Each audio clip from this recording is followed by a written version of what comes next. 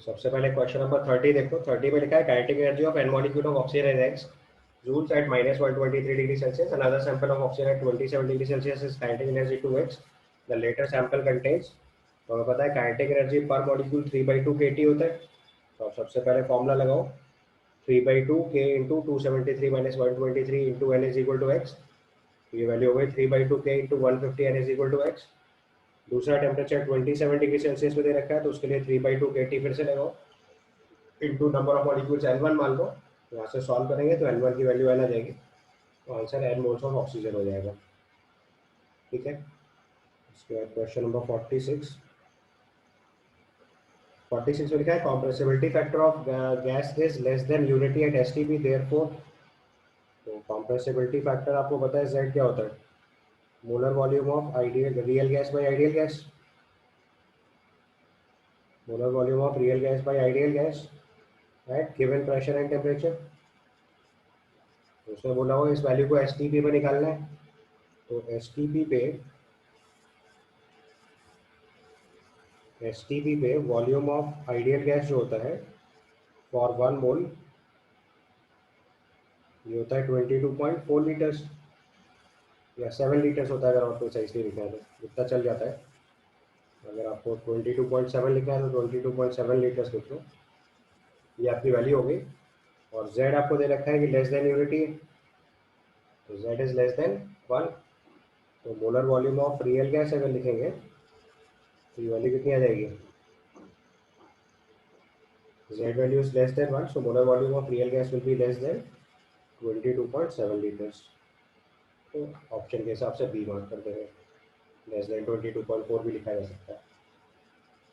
ठीक है।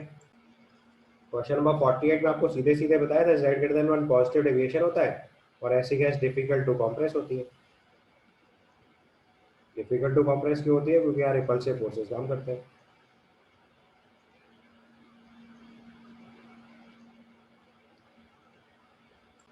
Forty ninth question में देखो आपने वॉल्यूम की क्यूबिक इक्वेशन क्रिएट कर रखी है। कल मैंने आपको लिक्विफिकेशन कर्व सिखाया था, तो आपको बताया था कि ऐसे ये लिक्विड फेज, ये लिक्विड वेपर इक्विलिब्रियम, ये गैसेस स्टेट होता है।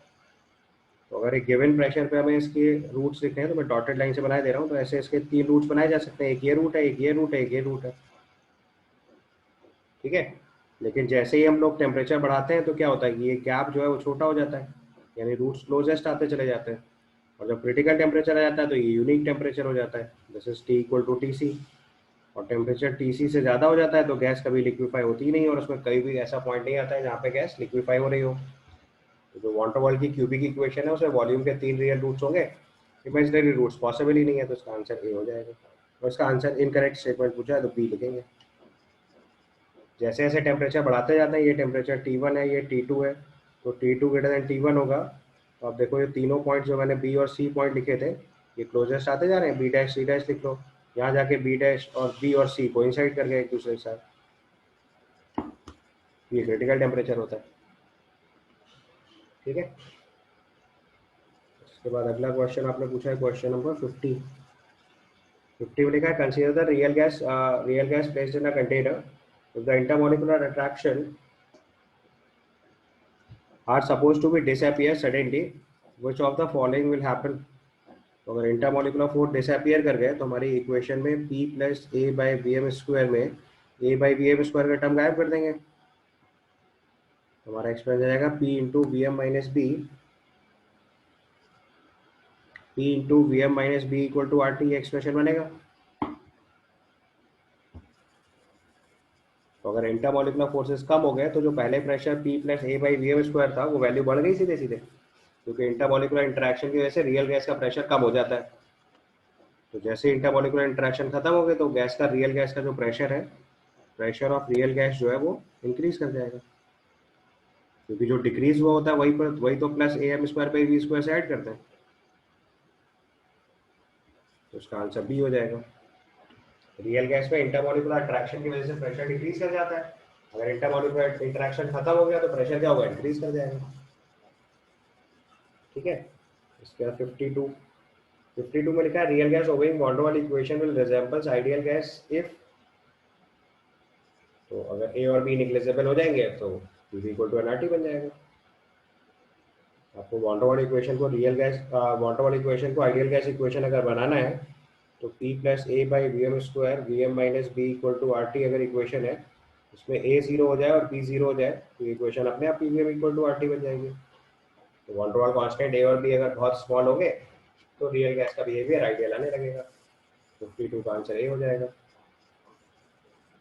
ठीक है, इसके बाद नेक्स्ट क्वेश्चन आपने पूछा 54 में लिखा है 273 kelvin temperature 9 atmospheric pressure the compressibility factor of gas is 0.9 the volume of 1 millimole of gas off this temperature and pressure is. तो कंप्रेसिबिलिटी फैक्टर दिया है तो रियल गैस की इक्वेशन क्या लिखते हैं, P V M is equal to Z R T. P V M equal to Z R T, या molar volume के टर्म में नहीं लिखना है, वॉल्यूम में लिखना है, तो P V is equal to Z N R T. Pressure दिया है 9 एटीएम, वॉल्यूम आपको निकालना है, जेड की वैल्यू दे रखी है 0.9, नंबर ऑफ मोल्स दे रखे हैं 1 मिलीमोल यानी 10 टू द पावर -3, आर की वैल्यू 0.0821, टेम्परेचर 273 केल्विन। यहाँ से वॉल्यूम की वैल्यू निकालेंगे अगर हम, आ जाएगा 0.1 into 10 to the power -3 into 22.4 litres, which can simply be written as 2.24 ml। ठीक है, इसके बाद नेक्स्ट क्वेश्चन आपने पूछा क्वेश्चन नंबर 55 में लिखा है for the non zero values of the force of attraction between the gases molecule the gas equation will be. तो अगर इंटरमॉलिक्यूलर फोर्सेस को नॉन जीरो वैल्यू लेनी है तो इक्वेशन क्या हो जाएगी, A plus P plus A by V M square into we M equal to R T. हम इस इक्वेशन को कैसे लिख सकते हैं, P V M by R T plus A by we M R T is equal to 1।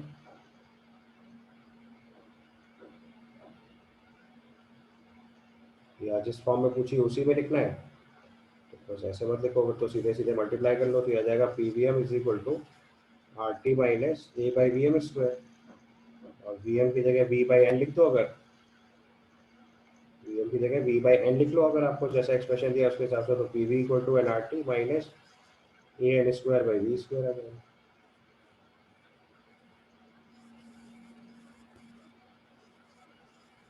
अच्छा, V को cut जाएगा तो A N square by V बचेगा,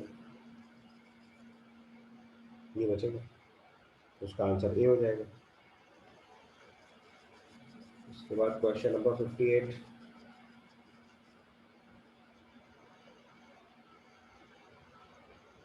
58 में लिखा है neon atoms are 10 times the mass of hydrogen which of the following statement is true. देखो neon का जो मास दे रखा है वो हाइड्रोजन के मास का 10 टाइम्स है, तो लिखा है 25 degree Celsius both have the same kinetic energy. तो आपको पता है काइनेटिक एनर्जी जो पर मोल लिखी जाती है ये वैल्यू 3/2 RT होती है। उसमें गैस के मॉलिक्यूलर मास का कोई रोल ही नहीं है, कोई भी गैस ले लो, अगर टेम्परेचर सेम लिया हुआ है तो for both of them will be kinetic energy will be same. ये करेक्ट हो गया। अगले स्टेट में लिखा है 10 moles of hydrogen would have the same volume as 1 mole of neon at the same temperature and pressure. ये incorrect हो गया, क्योंकि पीवी इक्वल टू एनआरटी में प्रेशर वॉल्यूम और मोल जब सेम करेंगे तभी वैल्यू सेम आएगी। मॉलिकुलर मास से वॉल्यूम का कोई फर्क नहीं होता, क्योंकि वॉल्यूम प्रोपोर्शनल टू मोल्स होता है। तो नियॉन का अगर 1 मोल लेंगे और हाइड्रोजन का 10 मोल लेंगे तो वॉल्यूम में 10 टाइम्स का डिफरेंस आएगा। This is incorrect. अगले केस में लिखा है 1 mole of neon exerts the same pressure as 1 mole of hydrogen at STP. तो ये सही है, क्योंकि मोल अगर सेम है तो पीवी इक्वल टू एनआरटी होता है आइडियल गैस इक्वेशन। अगर मोल सेम है तो प्रेशर भी सेम एक्सर्ट होगा। अगले पॉइंट में लिखा है hydrogen molecule travels 10 times faster than neon atom at the same temperature. तो जो ट्रैवलिंग स्पीड है उसके लिए तो हम कोई भी लिख लो, आरएमएस स्पीड लिख लो √2 RT/m।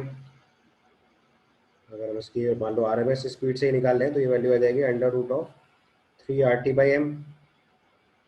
अगर molar mass of hydrogen 10 times है, मोलर मास ऑफ नियॉन जो है वो 10 टाइम्स है, तो जिसका मोलर मास ज़्यादा होगा उसकी स्पीड कम आएगी, बट वो रूट 10 टाइम्स फास्टर आएगा, 10 टाइम्स फास्टर नहीं आएगा, क्योंकि मॉलिक्यूलर मास का रूट प्रोपोर्शनलिटी है, रूट के साथ इनवर्स प्रोपोर्शन है। तो 10 टाइम्स फास्टर लिखा है, गलत लिखा है, √10 टाइम फास्टर होना चाहिए था। लास्ट में लिखा है STP 1 litre of neon has 10 times the density of 1 litre of hydrogen. Density के लिए फॉर्मूला है P M is equal to D R T. तो उसका मोलर मास 10 टाइम्स है, उसकी डेंसिटी 10 टाइम्स आएगी। तो STP 1 litre of neon has 10 times the density of 1 litre hydrogen, ये करेक्ट है। तो करेक्ट स्टेटमेंट हो गए 1, 3 एंड 5। तो उसका आंसर मार्क कर देंगे बी। ठीक है। नेक्स्ट क्वेश्चन नंबर 59 में देखो, it's given we can condense vapour simply by applying pressure. तो लिक्विड वेपर इक्विलिब्रियम अगर लाना होता है हमारे पास, तो आप वेपर में प्रेशर अप्लाई करते जाओ तो थोड़ी देर बाद लिक्विफाई हो जाएगा। तो liquefy gas one must lower the temperature below TC and then apply pressure. तो आपको पता है liquefaction of gas is only possible below TC. तो लिक्विफिकेशन ऑफ गैस है पॉसिबल ओनली बिलो टीसी। तो अगर क्रिटिकल टेम्परेचर से नीचे का टेम्परेचर होगा तो गैस लिक्विफाई होगी। अगले केस में लिखा है TC there is no distinction between liquid and vapour state, hence density of liquid is nearly equal to the density of the vapour. ये भी सही है। टीसी एक यूनिक पॉइंट होता है जहाँ पे लिक्विड और वेपर दोनों एक साथ एग्जिस्ट कर रहे हैं, तो वहाँ पे लिक्विड और वेपर को डिफरेंशिएट नहीं कर सकते, दोनों की डेंसिटी लगभग बराबर होगी। ये भी सही हो गया। लास्ट में लिखा है however greater the pressure applied a gas can not be liquefied below its critical temperature. ये गलत लिखा हुआ है, ये चीज़ होनी चाहिए थी अबव क्रिटिकल टेम्परेचर। तो इसका आंसर जो हो जाएगा डी हो जाएगा। आपसे इनकरेक्ट स्टेटमेंट पूछा है तो below critical temperature pressure higher लगाने की जरूरत नहीं होती, बिलो क्रिटिकल टेम्परेचर तो गैस लिक्विफाई होती ही है। अबव क्रिटिकल टेम्परेचर आप कितना भी हायर प्रेशर अप्लाई कर दो गैस लिक्विफाई नहीं होती है। तो उसका करेक्ट स्टेटमेंट होता however greater pressure is applied on a gas can not be liquefied above it's critical temperature. ठीक है। तो कॉन्जिक्यूटिव कोलिजन्स के बीच में गैसेस मॉलिक्यूल स्ट्रेट लाइन में मूव करते हैं। इट इज लाइक कि जैसे ये मॉलिक्यूल है, ये इससे जाके यहाँ कोलाइड करा, फिर इधर मूव करके इधर गया। ऐसे गैसेस मॉलिक्यूल जितने भी मूव करते हैं that all movements are in straight line movement. तभी हम लोग अगर मीन फ्री पाथ निकालते हैं तो क्या करते थे, total distance travelled upon you speed कर देते थे। तो स्पीड से डिवाइड करके मीन फ्री पाथ कैलकुलेट करते थे। उसके बाद क्वेश्चन नंबर 64। 64 में लिखा है विच of the following statement is not true about the effect of an increase in temperature on the distribution of molecular speed of gas. तो अगर हम टेम्परेचर इंक्रीज करते हैं तो आपको पता है कि उससे कर्व जो है उसकी हाइट कम हो जाती है और ब्रॉडन हो जाता है। यहाँ पे फ्रैक्शन ऑफ मॉलिक्यूल्स लिखते हैं, यहाँ वैल्यू लिखी जाती है 1/n dnu/du। Against molecular speed plot करते हैं हम लोग। तो यहाँ पर डिस्ट्रीब्यूशन कर्व होता है जो पहले ऐसे आता है, टेम्परेचर बढ़ाने से इसकी हाइट कम होकर विड्थ बढ़ जाती है। ये टेम्परेचर T2, ये temperature T1, T2 greater than T1 होता है। पहले केस में लिखा है the area under the distribution curve remains the same at as under the lower temperature. तो एरिया दोनों में सेम होता है। ठीक है। दूसरे स्टेट में लिखा है द डिस्ट्रीब्यूशन बिकम्स ब्रॉडर, ये भी सही है। The fraction of molecules with the most probable speed increases, यही गलत हो गया। देखो fraction of molecules having most probable speed पहले ये और बाद में ये, fraction of molecules having most probable speed decreases, ये आंसर होगा। तो मोस्ट प्रोबेबल स्पीड इंक्रीजेस ये सही है, तो इसका आंसर क्या लिखेंगे, सी। ठीक है। इसके बाद नेक्स्ट क्वेश्चन नंबर 65। 65 में लिखा है pressure of the gas is result to the pressure is the gas of result of. तो प्रेशर किसकी वजह से आता है, मॉलिकुलर स्पीड एंड मास की वजह से। मोमेंटम चेंज होता है basically. Pressure of the gas is because of rate of change of momentum per unit time per unit process time per unit area लिखा जाता है। तो जो प्रेशर आता है वो आता है मोमेंटम चेंज की वजह से। और मोमेंटम चेंज के लिए क्या क्या रिक्वायर्ड है, मास एंड वेलोसिटी। उसका आंसर बी हो जाएगा। 66 में लिखा हुआ है 10⁻⁻⁴ decimetre cube of water introduce in 1 decimetre cube of flask at 300 kelvin. How many moles of water are there in a vapour phase when equilibrium is established. आपको vapour pressure of water दिया हुआ है। Vapour pressure of water मतलब जितना water है वो अगर vapour state में कन्वर्ट हो रहा है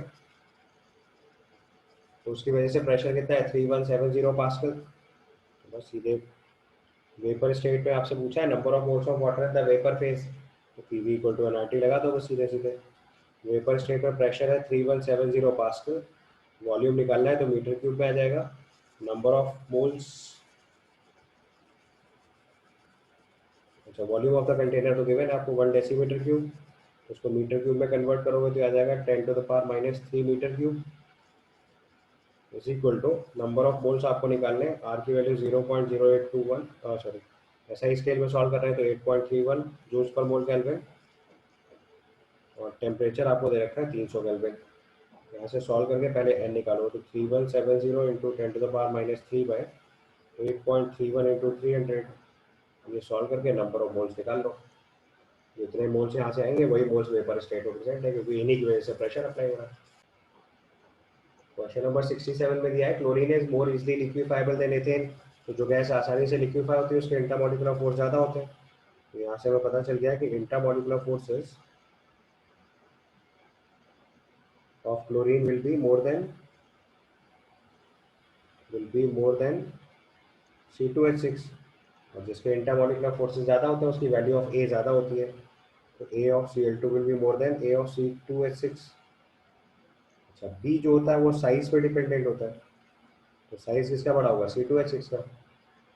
बी डिपेंड्स ऑन साइज, तो बी ऑफ C2H6 जो है वो more than B of Cl2 आ जाएगा, क्योंकि C2H6 में देखो आप टोटल 8 एटम्स है,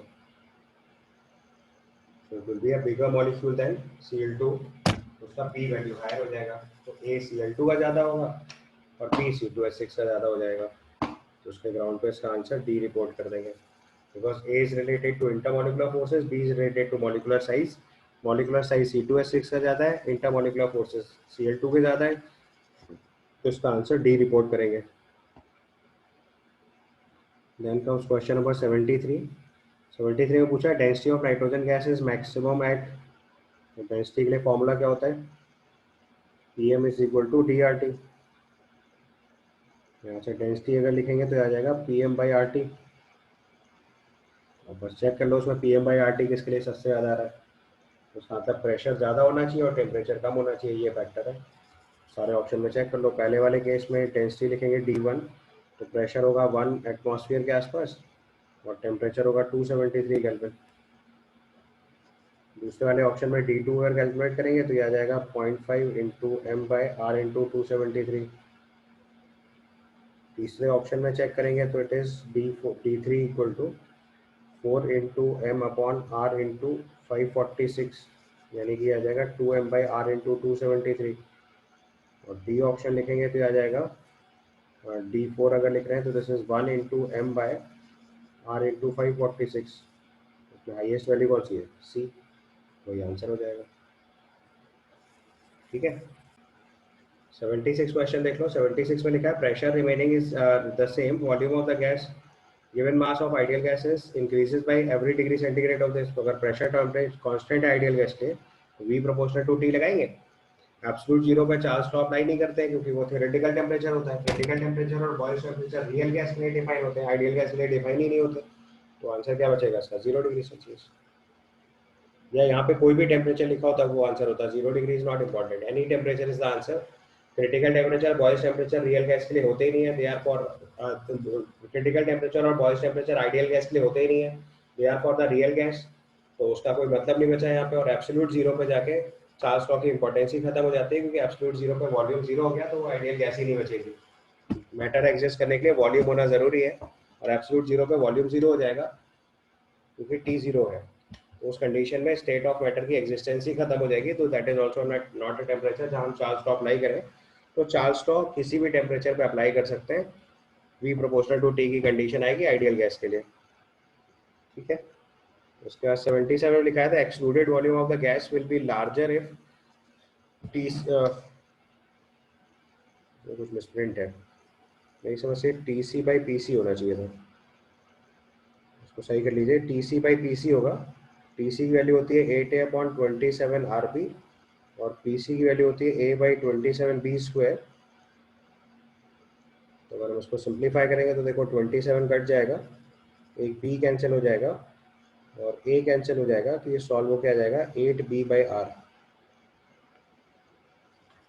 8B/R। तो इसको सही कर लीजिए, इस क्वेश्चन में TC/PC होगा, this value must be TC/PC। तो TC/PC सॉल्व करोगे तो ये वैल्यू सॉल्व होकर आ जाएगी 8B/R, और एक्सक्लूडेड वॉल्यूम B होता है, तो जिसके लिए TC/PC की वैल्यू ज़्यादा होगी उसी के लिए B की वैल्यू ज़्यादा हो जाएगी, 8 और R तो कांस्टेंट है। ठीक है, तो इसका आंसर अपना हो जाएगा बी। इस क्वेश्चन थोड़ा करेक्शन कर लो, it should be TC by PC. ठीक है, क्लियर। उसके बाद अगला क्वेश्चन देखो, क्वेश्चन नंबर 78। 78 लिखा है, select the incorrect statement. We can condense vapour simply by applying pressure, ये तो करेक्ट है। To liquefy a gas one must lower the temperature below TC and apply a pressure. अभी तो बताया था शायद ये सेम सवाल, ये थोड़ा सा अंतर है शायद, नहीं वही सेम सवाल है। However great is the pressure applied the gas can not be liquefied below its critical temperature. यही आंसर हो गया इसका, 78 का आंसर डी होगा। Next question number 79। 79 में देखो लिखा है, water wall gas constant B for a gas is 4 pi into 10 to the power minus 4 litres. तो बी की वैल्यू हम लोग जानते हैं 4 into 4/3 pi are cube into N A होता है, और ये वैल्यू अपने को 4 pi into 10 to the power minus 4 litre दे रखा है। तो यहाँ से हम सब लोग आर निकाल सकते हैं बेसिकली, और ये लीटर में दे रखा है तो उसको सेंटीमीटर क्यूब में कन्वर्ट कर दो, तो इंटू 10 टू द पावर 3। तो यहाँ से सॉल्व करके पहले आर निकालेंगे, और उसने कहा how near the centre of the two molecules can approach each other. तो जो सेंटर ऑफ मॉलिक्यूल एक दूसरे के क्लोजेस्ट आएंगे वो वैल्यू कितनी होती है, 2r। ये आपको आंसर रिपोर्ट करना है। एक बार इसको सॉल्व करके पहले आर निकालिए, बाद में 2r आंसर रिपोर्ट कर दीजिए। यहाँ से सॉल्व करेंगे तो आर की वैल्यू 5 इंटू 10 - 11 सेंटीमीटर से आ रहा होगा। गलत बता रहा हूँ तुम इसका मतलब, यहाँ से सॉल्व करोगे तो सर मीटर में बताया था। ये value 5 into 10 to the power minus 9 centimetre आनी चाहिए मेरे हिसाब से। बाद में इसको मीटर्स में कन्वर्ट करोगे तो 5 इंटू 10 पावर माइनस 11 मीटर लिख लेना, और 2r रिपोर्ट करना है तो 10 to the power minus 10 metres answer लिख देंगे। ठीक है, क्लियर। 80th क्वेश्चन में, अमोनिया और HCl दो एंड से अगर डिफ्यूज होंगे तो rate of diffusion of ammonia by rate of diffusion of HCl अगर लिखोगे, ये root over molecular mass of HCl by ammonia आएगा। ये मैंने आपको सॉल्व करके बताया था, अप्रॉक्सीमेटली 1.5 आता है। तो उसका मतलब जो वाइट फ्यूल्स है वो सबसे पहली बार HCl के क्लोजेस्ट बनेंगे, तो उसका आंसर भी हो जाएगा। Next question is question number 92। 92 में लिखा है, identical temperature and pressure the rate of diffusion of hydrogen gas is 3√3 times that of hydrocarbon having molecular formula CnH2n - 2, the value of n is. तो देखो, rate of diffusion of hydrocarbon CnH2n - 2 by rate of diffusion of hydrogen अगर लिखेंगे, ये आ जाएगा 2 divided by molecular mass. Molecular mass आएगा 12n plus 2n minus 2, यानी कि 14n minus 2। ये मॉलिक्यूलर मास हो गया सबसे इसका।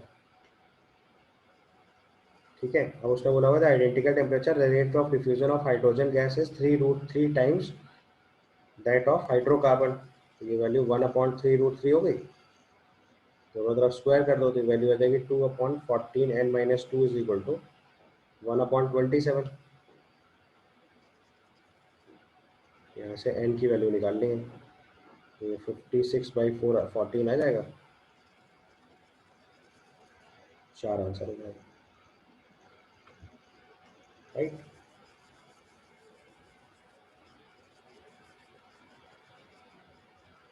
इसके बाद क्वेश्चन नंबर 92 का 99। 99 में लिखा हुआ है, the critical pressure and temperature of van der Waals gas at 48 atmosphere and 128 Kelvin respectively. Critical volume of the gas in liters।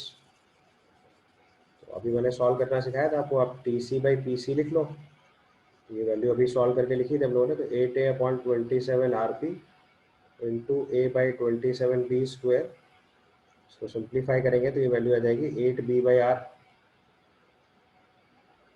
TC दिया है 128, PC दे रखा है आपको 48, 8B आपको निकालना है, और R की जगह 0.08 पुट कर दो,